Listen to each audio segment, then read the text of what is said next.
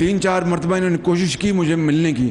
میں نے خود ان کو آج بتا رہا ہوں, ان کو میں نے نہیں بتایا, میں ان کو نہیں ملا, کہیں اس حکومت کے ذریعے عطاب نہ آ جائیں.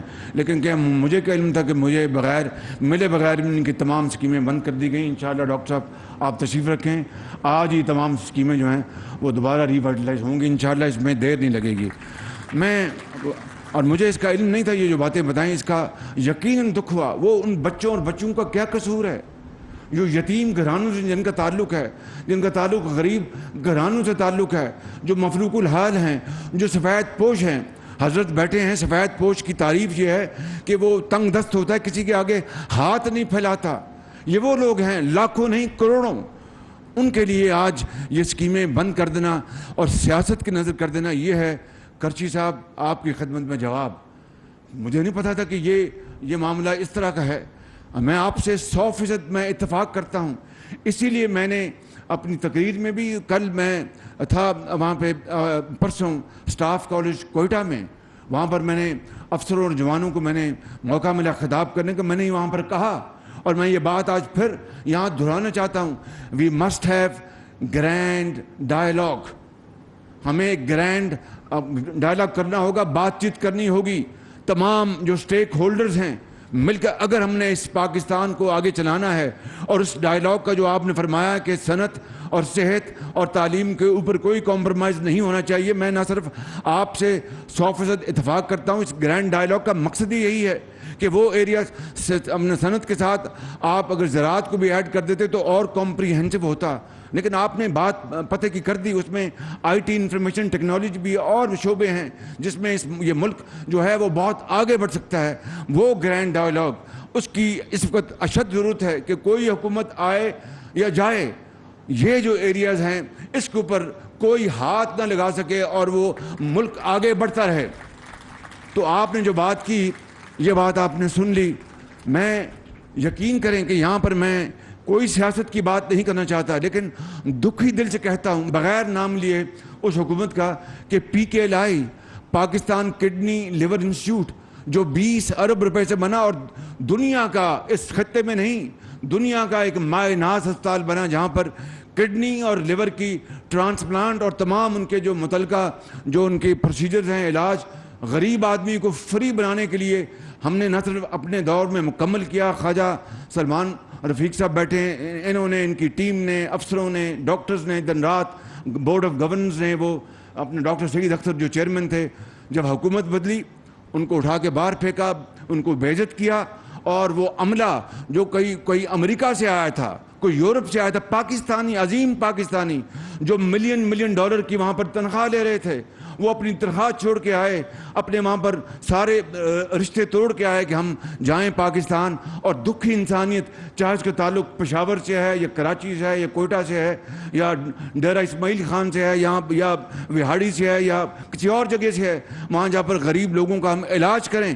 اور میں نے اپنے 10 سال کے دور میں 1 ارب روپے سے زیادہ پاکستان کے غریب قوم کا پیسہ جو یتیموں اور بچوں کے لیے, غریب بچوں کے لیے اور مردوں کے لیے جن کے گردہ ان کو ہونا تھا ٹرانسپلانٹ, یا جگر کا یہاں پر آپریشن ہوتا نہیں تھا, ہندوستان بھیجنا پڑا. اور اپنا زر مبادلہ دے کر ہندوستان جو ہمارا ایک ہمسایہ ملک تو ہے لیکن ہمارے تعلقات انتہائی کشیدہ ہیں, وہاں فوراً جاتا تھا. چین ہمارا دوست جاتا تھا. میں نے اس کو بھی ریپلیس کرنے کے لیے ہسپتال بنایا اور کئی حوالوں سے یہ ایک مایہ ناز ہسپتال تھا, وہ سیاست کی نظر ہو گیا. کیا ہم نے 75 سال بعد بھی اپنا سبق نہیں سیکھنا اور سیاست کرتے رہنا ہے؟ اور سیاست کی نظر تو ہم نے کیا. نقصان اور بے پناہ نقصان کن کا ہوا؟ ان غریب گھرانوں کا جن کے بچے کو اگر وہ پیوند کاری نہیں ہوئی تو وہ اپنا اگلے جہان چلا گیا, جن کا ایک کمانے والا والد اس کا اگر اس کا وہ کڈنی اپنا ٹرانسپلانٹ نہیں ہوا تو وہ اگلے جہاں چلا گیا, اور اس کے 6 بچے زندگی کے اندھے تھپڑوں کے حوالے ہو گئے. کوئی ان کے اوپر دست شفقت دینے والا نہیں تھا, وہ اللہ کے حوالے اور ان کو پوچھنے والا نہیں تھا. ایسا ایک نہیں, ہزاروں شاید لاکھوں خاندان ہوں گے جو ان 4 سالوں میں اس ہسپتال سے مستفید نہیں ہو سکے. تو یہ اتنا بڑا ہم نے جرم کیا صرف سیاست کی خاطر. یہ میں سمجھتا ہوں کہ دروازہ بند ہو جانا چاہیے. کوئی آئے کوئی جائے, اپنا آپ صحت ہو، تعلیم ہو، صنعت ہو، آپ کی زراعت ہو، آپ کی اکانومی ہو، آپ کا معاش ہو، اس کے اوپر کسی کو سیاست کرنے کی قطعاً اجازت نہیں ہونی چاہیے بالکل. مگر اس کے لیے سوچ چاہیے، بڑا دل چاہیے، بڑا قد چاہیے. اپنی ذات سے پھر ہمیں اپنا بالاتر ہونا ہوگا، اپنے پسند ناپسند سے بالاتر ہونا ہوگا، اپنی انا کو مارنا ہوگا. کس کے لیے؟ اس قوم کی ترقی اور خوشحالی کے لیے. ہزاروں لاکھوں کروڑوں ان بچوں اور بچیوں کے لیے جن کے بڑوں نے اس ملک کے لیے بڑی قربانیاں دی ہیں. اس لیے نہیں کہ یہ ملک جو ہے اپنا قیامت تک خدا نہ خواستہ ہم رینگتا رہے. اس لیے بنا تھا کہ ہم اس خطے میں نہیں بلکہ پوری دنیا میں محنت اور امانت اور دیانت کے ساتھ اپنا جھنڈا جو ہے اس کو اتنا بلند کریں کہ کوئی اس تک نہ پہنچ سکے. مگر وہ اس طرح نہیں ہوگا کہ ہم پچھلی حکومت آئی تو جناب اس کو سیاست کے نظر کر دیا اور تمام وہ ادارے تباہ ہو گئے. اس طرح تو تباہی پر ہمارا مقدر ہے. اگر ہم نے اس کو بدلنا ہے، تقدیر کو بدلنا ہے، تو پھر وہی بر تقدیر کو بدلنے کے لیے جو اقبال کہتا ہے تو اسی جو اس کا جو ویژن ہے اس کو فالو کریں. مجھے انتہائی خوشی ہے کہ آپ نے یہاں پر اینٹ لگائی ہے، باہر اندر آپ نے اربوں روپے کی مشینری لگائی ہے. یہ ہے طریقہ زندگی میں زندہ رہنے کے لیے، اور کوئی طریقہ نہیں ہے. پتھروں سے اگر ماربل سے اگر دنیا بننی ہوتی تو پھر ہمارا پاکستان، میں نے ترکی میں کہا کہ اگر ماربل سے اور ماربل کو اردو میں کیا کہتے ہیں؟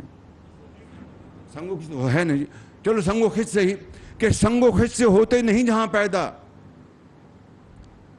اگر سنگو خش سے جہاں پیدا ہونے ہوتے تو پھر پاکستان تو دنیا کا سب سے بڑا ملک ہوتا، جہاں پر مابل کے اسلام آباد میں، کراچی میں، لاہور میں، پشاور میں، کوئٹہ میں محلات ہیں، اور خلق خدا جو ہے ان کو ایک وقت کی روٹی کو ترستے ہیں. آج بجلی کا جو معاملہ، ہمیں یہ تیل کی اور پٹرول کی قیمتیں بڑھانی پڑیں، یہ اپنا اس وقت فیصلہ ہوا مارچ میں جب ووٹ آف نو کانفیڈنس چل رہا تھا.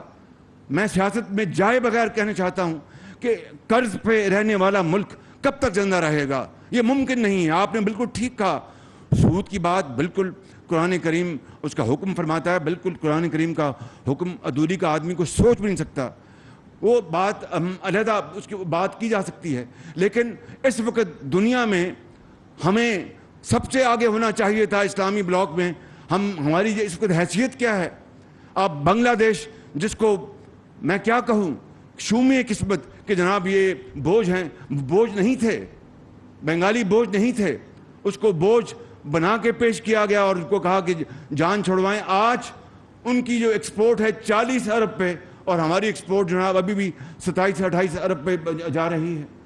اس طرح اور میں مثالیں پیش کر سکتا ہوں. تو کہنے میں وقت ضائع نہیں کر رہا. I'm not here to serve a sermon or a lecture. میں سب سے بڑا خطا کار انسان ہوں، لیکن خدا کی قسم اگر ہم نے آگے جانا ہے تو پھر ہمیں اپنی انا سے، ضد سے ہمیں آگے اوپر بڑھنا ہوگا، اور قوم کی خاطر، ان کروڑوں لوگوں کی بحالی اور خوشحالی کی خاطر، یتیموں اور بیواؤں اور بے سہارا لوگوں کے لیے، پاکستان کی معیشت کو مضبوط کرنے کے لیے، صحت اور تعلیم کو آگے بڑھانے کے لیے، ڈاکٹروں اور نرسوں کو حوصلہ دینے کے لیے، سیاستدانوں کو آگے بڑھانے کے لیے، اور علماء کرام اور ہمارے ڈاکٹرز اور ہمارے بیوروکریٹس، آفیشل انجینئرز، ایک معمار، سب کے لیے یہ ایک ہم مثال پیش کریں گے تو بات بنے گی. اس کے بغیر تو یہ ملک ترقی نہیں کر سکتا. اشرافیہ اگر خود یہ کہے کہ جناب آپ یہ سب کچھ کریں تو ہم میں اس کے اوپر کوئی بوجھ نہ آئے تو یہ ملک نہیں چل سکتا. اب اگر ہم نے یہ مجبوراً ہمیں قیمتیں بڑھانی پڑی، دنیا میں آسمان سے باتیں کر رہی ہے تیل کی اور اس کی قیمتیں، اپنا پٹرول کی اور گیس کی، اور ہم نے جناب یک مارچ کے مہینے میں اس کو قیمتوں کو گرا دیا. 3.5 سال تو ایک دھیلا نہیں کسی کو دیا، اور یک اس کو گرا دیا. ہم نے بڑی کوشش کی، مگر دل پر پتھر رکھ کر ہمیں یہ قیمتیں بڑھانی پڑیں اور پھر بڑھانی. میں آپ کو یہ کہنا چاہتا ہوں، خدا کی قسم جس کے قبضے میں میری جان ہے، میں پوری کوشش کروں گا کہ جہاں پر غریب آدمی کے اوپر یہ بوجھ پڑ رہا ہے ان کو ہم ریلیف بھی دیں. ہم نے اس کے ساتھ 2000 روپے مہینہ ان 7 کروڑ افراد کے لیے ہم نے سبسڈی دی ہے، تیل اور اس کی پٹرول کی قیمتیں جو ان کو بوجھ پڑا ہے. اور جو بے نظیر صاحبہ انکم سپورٹ پروگرام میں ڈیٹا اویلیبل ہے، وہ بڑا شفاف ڈیٹا ہے, 90% زیادہ وہ شفاف ڈیٹا. ان کے تحت ہم 7 کروڑ عوام کو 2,000 روپے مہینہ ہم دیں گے انشاءاللہ. اور پھر اس طرح ہم باقی معیشت کا پہیہ بھی تیز کریں گے. میں سعودی عرب سے ہو کے آیا ہوں, میں UAE کے ہو کے, ابھی میں ترکی ہو کے آیا ہوں, اور میں نے ان بھائیوں کو کہا کہ آپ ہمارے بڑے عظیم بھائی ہیں, ہمیشہ آپ نے ہماری مدد کی. اور میں نے یہی کہا جب میں آیا ہوں تو آپ سمجھیں گے شاید یہ مانگنے آیا ہے. میں مانگنے نہیں آیا, لیکن مجبوری ہے ہمارا. جس طرح ماضی میں 75 سال میں آپ نے ہمارا ہاتھ بٹایا ہے, کچھ عرصہ آپ ہاتھ بٹا دیں. تو میں نے کہا میں وعدہ کرتا ہوں کہ انشاءاللہ ہم پوری قوم ہم مل کر دن رات محنت کریں گے, پسینہ گرائیں گے, اپنے پاؤں پہ کھڑے ہوں گے انشاءاللہ, ضرور کھڑے ہوں گے انشاءاللہ تعالیٰ. لیکن یہ اس کے لیے محنت درکار ہے, قربانی درکار ہے, ایثار درکار ہے. اگر ہم اپنا کرپشن میں پڑھیں گے, کبھی جناب چینی ایکسپورٹ ہو رہی ہے, کبھی چینی امپورٹ ہو رہی ہے, کبھی گندم ایکسپورٹ ہو رہی ہے, کبھی گندم امپورٹ ہو رہی ہے. گیس کے وقت پہ منگوایا نہیں, جب گیس $3 کلو تھی, اب یونٹ تھی, آج $30 پہ جا پہنچی ہے. اس طرح قومیں نہیں بنتی. قومیں بنتی ہیں صف بندی سے, ایک پلاننگ سے, منصوبہ بندی سے, پھر اس کے اوپر وہ کود پڑے. جس طرح آج سے نمرود میں وہ کود پڑے تھے, اسی طرح وہ حضرت ابراہیم اسی طرح وہ کود پڑے, تو پھر انشاءاللہ دنیا بنتی ہے. وگرنہ یہ نہ نوری ہے نہ ناری ہے. تو میں سمجھتا ہوں کہ میں نے بہت وقت لے لیا. ابھی یہاں پر بات ہوئی تھی کہ جناب ان کو ہم نے جو ٹرافیز نہیں دینی اور صرف ہم ان کی تصویریں کھنچوائیں گے. نہیں, یہ بہت انہوں نے عظیم کام کیا ہے. ان کو ہمیں پوری طرح رسپیکٹ دینی چاہیے, اور ان کو تاکہ دنیا کو ترغیب ہو کہ جناب آپ کمائیں بھی, خود بھی استعمال کریں, اور ان لوگوں کو بھی آپ شامل کریں جو آپ رشتہ دار ہیں, اور وہ جن کے پاس کچھ کھانے کے لیے نہیں ہے, کسی کے آگے ہاتھ نہیں پھیلاتے. حضرت یہی ہے نا قرآن کریم کا حکم. مولانا اشرف صاحب بیٹھے ہیں, انہوں نے اس کی تائید کی ہے. تو یہ prime minister award for excellence in philanthropy, یہ ان کو شیلڈیں ہم دیں گے. مگر آخری بات جو میں یہ کرنا چاہتا ہوں آپ سے, بہت ضروری ہے کہ انشاءاللہ یہ میں دن رات سوچ رہا ہوں. پھر اس کے ساتھ لوڈ شیڈنگ ہو رہی ہے, میں جانتا ہوں. پلانٹس کی کیپیسٹی موجود, لیکن ٹائم پر ابھی مجھے آئے اپنا 1.5 مہینہ یا 2 مہینے ہونے والے ہیں. 3.5 سال جو ہوا, جس کی وجہ سے جہاں پر ملک یہاں پہنچا, اس کا بھی کوئی حساب لینے کے لیے لینا کہ مجھ سے 1.5 مہینے کا حساب لینا ہے. میں وہ حساب دینے کو تیار ہوں انشاءاللہ, آپ کے سامنے دینے کو تیار ہوں, دوں گا انشاءاللہ. ابھی میں نے وزیر اعلیٰ کو گزارش کی ہے, دیکھیے جب تک کہ آپ اپنے غریب آدمی کا جو مفلوق الحال ہے اس کے اوپر دست شفقت نہیں رکھیں گے, اس ہسپتال میں غریب لوگ جب نہیں آئیں گے تو کس طرح آپ وہ ایک دعاؤں کا سلسلہ چلے گا. آپ ان کو نام دیں, ان کی اشک شوئی کریں, ان کو کچھ ریلیف دیں, تو پھر دیکھیں کس طرح گھوڑے کی طرح وہ صنعت بھی چلائیں گے, زراعت بھی چلائیں گے, ہسپتال بھی چلائیں گے, سڑکیں بھی بنائیں گے, پل بھی بنائیں گے, پبلک ٹرانسپورٹ بھی بنائیں گے. تو میں نے یہاں پر آج وزیر اعلیٰ کو میں نے کہا ہے, میں نے کہا کہ جو یہ میٹرو ہے, یہ چونکہ ابھی بہت زیادہ اپنا قیمتیں مہنگی ہیں, ایک عام آدمی جس کے پاس موٹر بائک ہے اس کو 2,000 تو ملے گا اس کو اپنا بے نظیر انکم سپورٹ پروگرام سے. مگر جہاں تک آپ کا تعلق ہے, جہاں پر آپ کے منصوبے ہیں, وہاں پر پیک آورز میں آپ ٹکٹ اس کی میٹرو کی آدھی کر دیں, تاکہ غریب آدمی جو ہے اس کو حوصلہ ہو کہ دیکھو یہ ہمارے لیے کچھ تڑپ رہے ہیں, کر رہے ہیں. اسی طریقے سے آسٹیریٹی کے میجرز کے لیے میں نے کل 5 گھنٹے میٹنگ کی ہے. انشاءاللہ اس کے اوپر بھی 1 آدھ دن میں اعلان آ جائے گا. اور ساتھ ہی لوڈ شیڈنگ کو میں نے یہ کہہ دیا ہے کہ 2 گھنٹے سے اوپر اپنا میں اس کو قبول نہیں کروں گا. اس میں بالکل یہ سن لیں بات, لوڈ شیڈنگ کو 2 گھنٹے تک بجلی کے منصوبے موجود ہیں, لیکن تیل مہنگا منگوانا پڑ رہا ہے, گیس مہنگی منگوانی پڑ رہی ہے, ڈیزل مہنگا منگوانا پڑا جو $120 پہ چلا گیا ہے. تو اگر ہم تیل اور گیس, میں آپ کو مثال دے رہا ہوں, کم منگوائیں تو ہمارے فارن ایکسچینج زر مبادلہ بچ جائے گا, مگر لوڈ شیڈنگ بڑھ جائے گی. اب اس کے اوپر میں نے کچھ بیلنس کرنا ہے. میں آپ سے بالکل دل کی باتیں کر رہا ہوں, اس کو بیلنس کرنا ہے. تو پھر یہی طے کیا میں نے, کل 5 گھنٹے کی میٹنگ کی, کیبنٹ کمیٹی بنائی کہ 2 گھنٹے سے زیادہ لوڈ شیڈنگ نہیں ہو. کوئی بات نہیں, اللہ تعالیٰ ہمیں عطا فرمائے گا, وسائل دے دے گا, ضرور دے گا انشاءاللہ. کہیں سے وہ ہمیں اللہ تعالیٰ مدد کرے گا تو کہ عام آدمی کا پنکھا چل سکے. اگر اس کا بیچارے کا اتنی شدید گرمی میں اگر اس کے پاس روزگار, مہنگائی بھی ہے, اور رات کو اس کا پنکھا بند ہوگا, وہ تو پاگل ہو جائے گا کہ بھی گرمی مار رہی ہے. تو یہ ہم سب کا, حکومت کا, آپ کا, صنعت کاروں کا, اور بڑے بڑے اللہ تعالیٰ نے جن کو مالز دیے ہیں, جن کو اللہ تعالیٰ نے رزق حلال دیتا, ہم سب کا فرض ہے اگر ہم انشاءاللہ اس میں ہم جت جائیں گے مل کر اور سیاست کو ایک طرف کر دیں گے, اس کو نو گو ایریا بنا دیں گے, تو میں آپ کو یقین کے ساتھ کہہ سکتا ہوں بلا خوف تردید اللہ تعالیٰ کے فضل و کرم سے پاکستان اگلے چند سالوں میں اس طرح راکٹ کی طرح آگے جائے گا, اور پھر ہماری سپیڈ کو کوئی نہیں پکڑ سکے گا انشاءاللہ. بس محنت کرنا ہوگی, محنت کے علاوہ کچھ نہیں. یہ نہ نوری ہے نہ ناری ہے. تو میں اس شعر پہ اپنی بات ختم کرتا ہوں. ان اندھیروں میں بھی منزل تک پہنچ سکتے ہیں ہم, ان اندھیروں میں بھی منزل تک پہنچ سکتے ہیں ہم, جگنوؤں کو راستہ تو یاد ہونا چاہیے. ان اندھیروں میں بھی منزل تک پہنچ سکتے ہیں ہم, جگنوؤں کو راستہ تو یاد ہونا چاہیے. اور ظلم بچے جن رہا ہے کوچہ و بازار میں, ظلم بچے جن رہا ہے کوچہ و بازار میں, عدل کو بھی صاحب اولاد ہونا چاہیے. پاکستان قائد اعظم